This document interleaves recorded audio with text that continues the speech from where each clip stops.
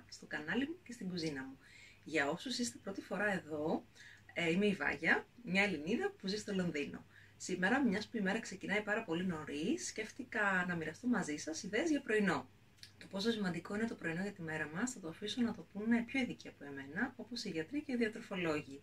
Εγώ όμως μπορώ να σας δείξω εύκολες και γρήγορες συνταγές, τόσο για εσάς που προτιμάτε γλυκό πρωινό, όσο και για εσάς που προτιμάτε αλμυρό. Πάμε να ξεκινήσουμε. Και εδώ έχω τα υλικά που θα χρειαστούμε για να κάνουμε τα γλυκά πρωινά μας. Βρώμη, ξηρούς καρπούς, γάλα, σταφίδες, κανέλα, σιρόπι αγάπης ή μέλι, ό,τι χρησιμοποιείτε, και φρούτα.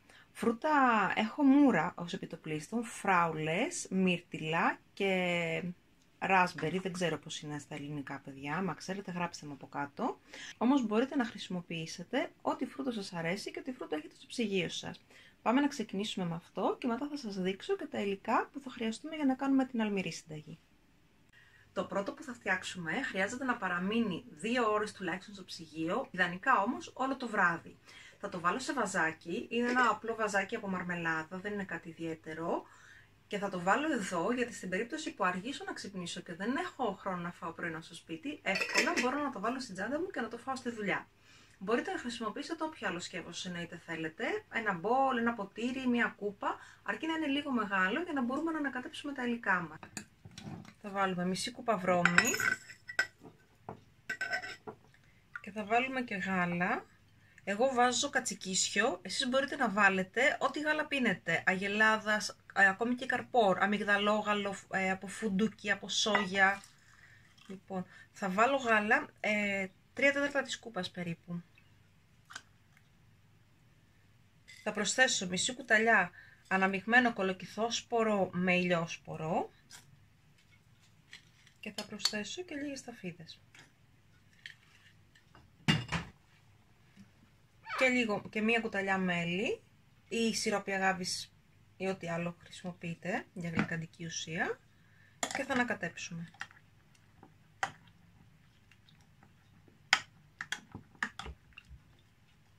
Θα το κλείσουμε, θα το βάλουμε στο ψυγείο για τουλάχιστον 2 ώρες, ιδανικά όμως όπως σας είπα για όλο το βράδυ. Εδώ έχω αυτό που έχω ήδη προετοιμάσει από εχθές το βράδυ για να σας δείξω. Το έχω βάλει σε κούπα, έχει ήδη απορροφήσει αρκετό από το γάλα. Αν δεν το θέλετε να είναι τόσο υγρό θα ρίξετε λιγότερο γάλα. Σε αυτό επειδή είναι μεγάλη η κούπα έχω βάλει μισή κούπα βρώμη και μία κούπα γάλα, τα ίδια υλικά που σας έδειξα. Θα κόψω και θα βάλω φράουλα.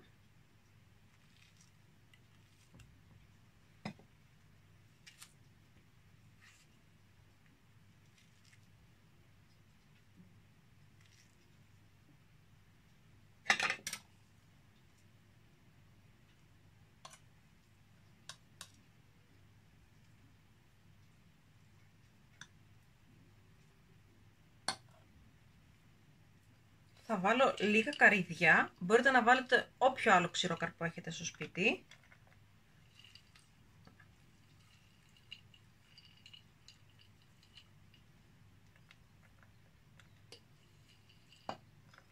Και θα βάλω από πάνω και λίγους σπόρους τσία.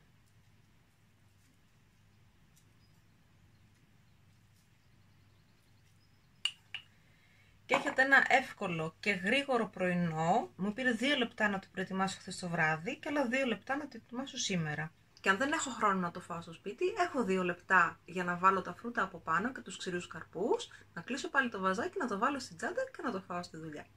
Πάμε να σας δείξω το επόμενο. Αυτή θα είναι μια ζεστή κρέμα βρώμης και οι αναλογίες μας θα είναι σχεδόν οι ίδιες. Μισή κούπα βρώμη, μία κούπα γάλα.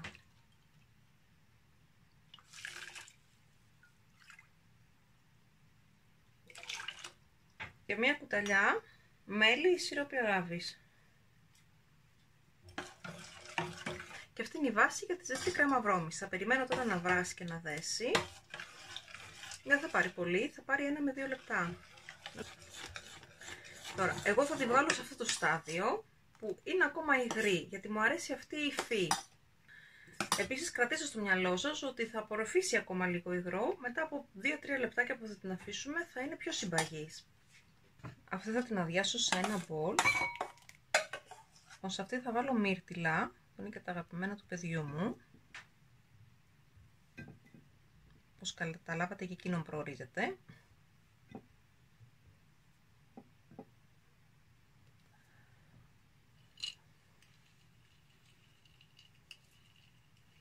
Και θα βάλω και καρύδια. Και από την άλλη μεριά, για χρώμα, θα βάλω και λίγα raspberry, που είπαμε δεν ξέρω ποια είναι η ελληνική τους λέξη. Γράψτε από κάτω αν ξέρετε. Λοιπόν, έτοιμο και αυτό. Η τρίτη πρόταση για πρωινό είναι πάλι με κρέμα βρώμης, ζεστή κρέμα βρώμης. Θα φτιάξουμε τη βάση μας με μισή κούπα βρώμη και μία κούπα γάλα.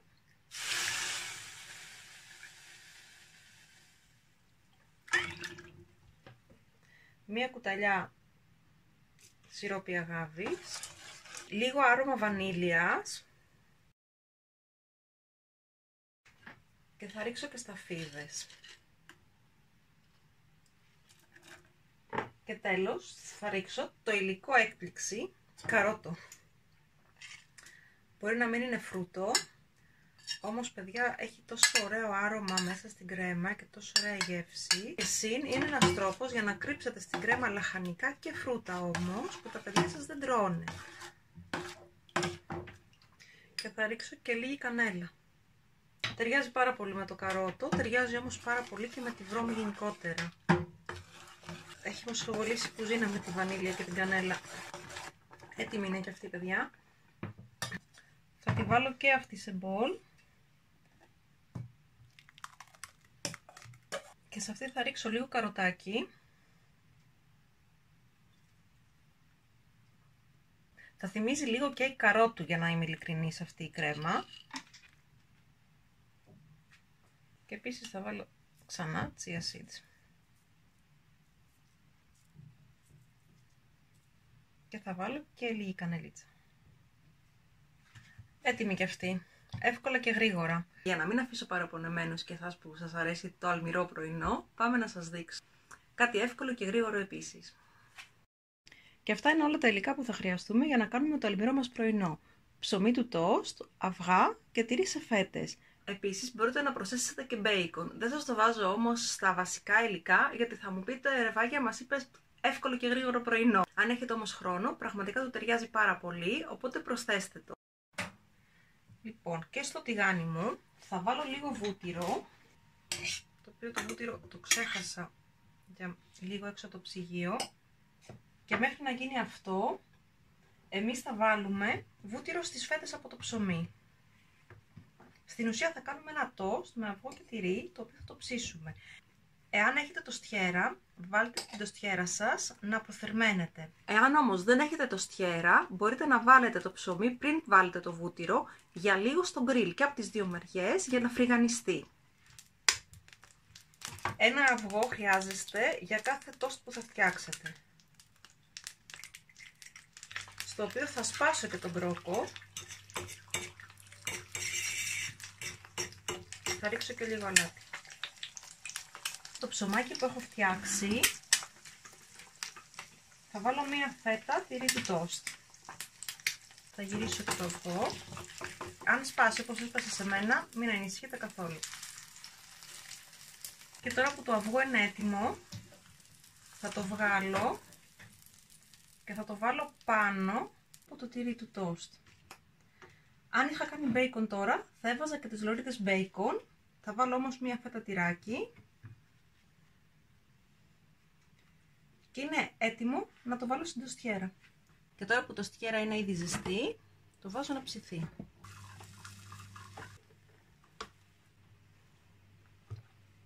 Θα το κόψουμε και στη μέση με προσοχή γιατί καίει.